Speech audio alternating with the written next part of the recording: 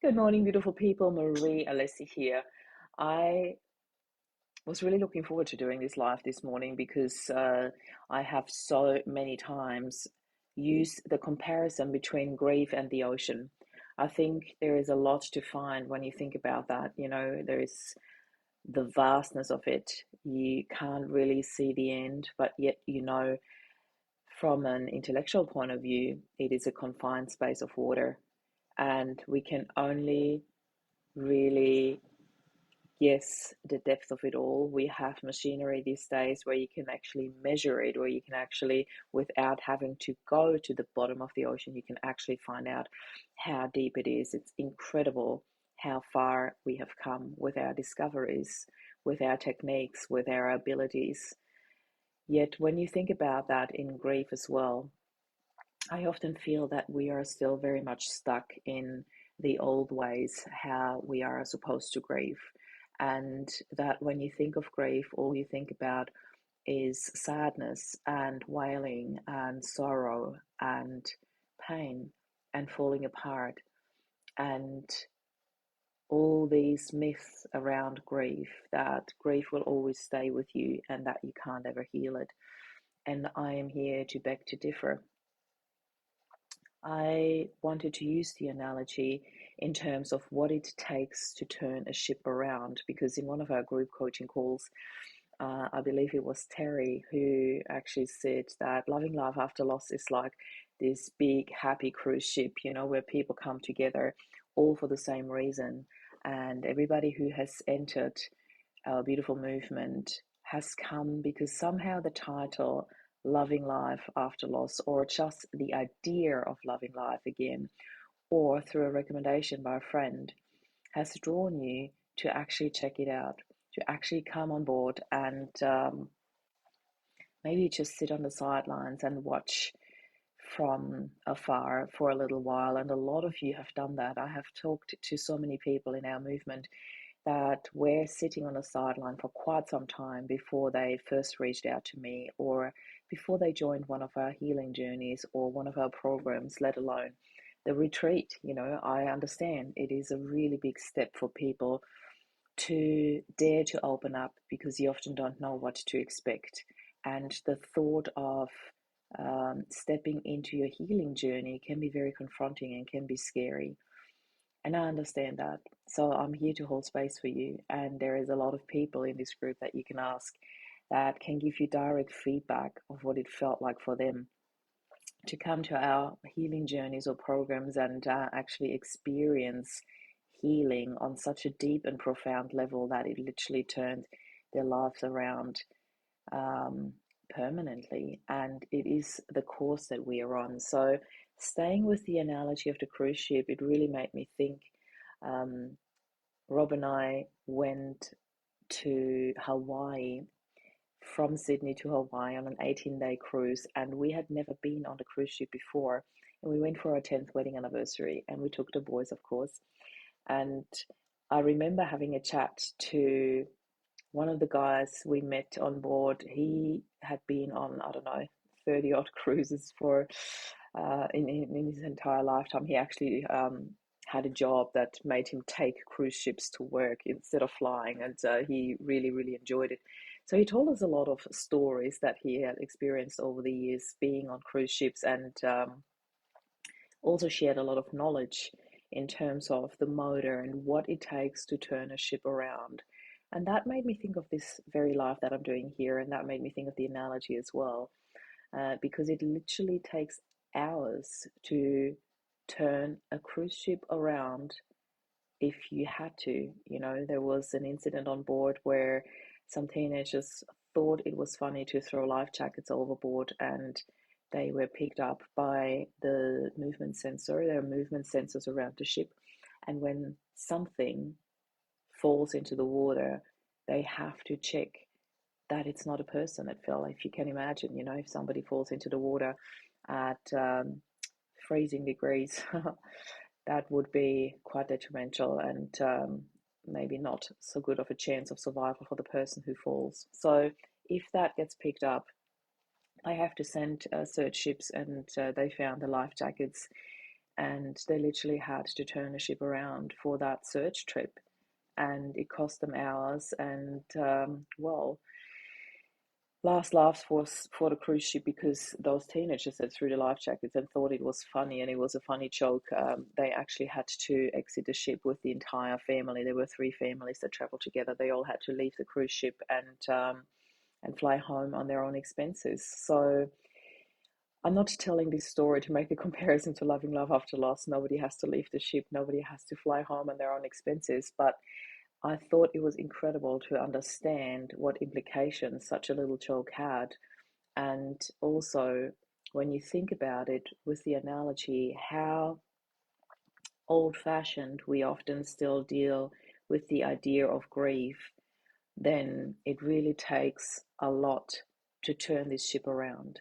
And when you think of the movement Loving Life After Loss as this beautiful cruise ship going through the ocean of grief, to turn it around towards a beautiful destination, towards a destination of healing, you all come on board because you are heading for the same destination. You are heading for the destination of allowing love and healing and joy back into your lives. And it takes a lot. It takes an entire crew. It takes a captain of the boat. It takes the boat. It takes somebody and a lot of people who have knowledge of what it takes to steer through the waters. And this is exactly what we offer here. I really love that comparison, because it takes a decision. It takes literally one decision from you to come on board, and everything else is provided for you along the way. It's again like a cruise ship, there's so much um, entertainment offered, and I'm not trying to compare what we offer here as entertainment in your world of grief, yet we do offer finding your way back to joy. We do offer finding your way back to empowerment, to take on life on your terms and not what others expect from you, how you are supposed to steer through the waters of grief. This is really your decision. It is your decision which vessel you board, whether you want to sit in there with, um,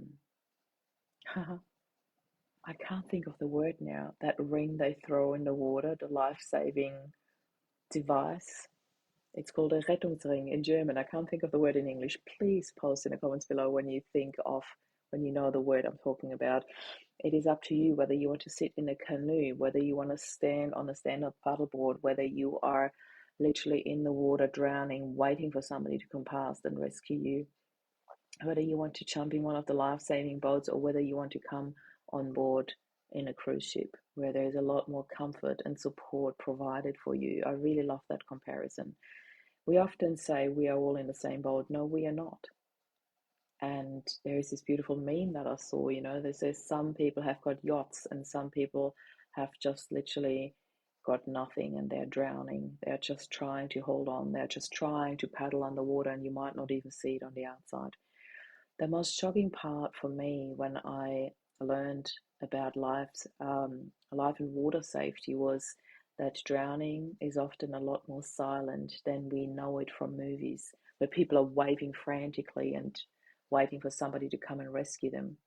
The drowning often happens silently, and I think this is another really perfect comparison to the world of grief. Often that drowning in the ocean of grief happens silently right next to you, and you might not even see it, you might not even be aware of it, because the person is not giving obvious signs. The person who's drowning in the ocean of grief is not waving around frantically asking for help, because often we don't have any strength left to ask for help. So the reason why I'm doing this very live is I want you to share that with somebody you think can benefit from it. I want you to share this little movie, this little recording with somebody who might be drowning right next to you in this ocean of grief, and allow them and invite them onto our cruise ship. I'm more than happy to send out some life-saving boats, aka I'm happy to jump on a call with them. I'm happy to chat to them. I'm happy to just have this one conversation that might turn their life around, their entire boat around. You can be so helpful. Often people private message me. There's hardly a week where I don't get a private message from somebody who knows what I am doing and says, what can I do? My friend, my such and such, my relative lost a person really close to their heart. What do I say? What do I do? I always say just give them the chance to hear about what we do. And often it can be as simple as, I understand you might not be ready, yet I wish that you could check this out whenever it feels right for you. You wouldn't believe some people come into our group even before their husband passes because they understand that they will need support. We had people come in their husband's final stages or their wife's final stages because they knew they would need support. We had people come in as early as the week after. Some people join us 10 years after their loved ones passes.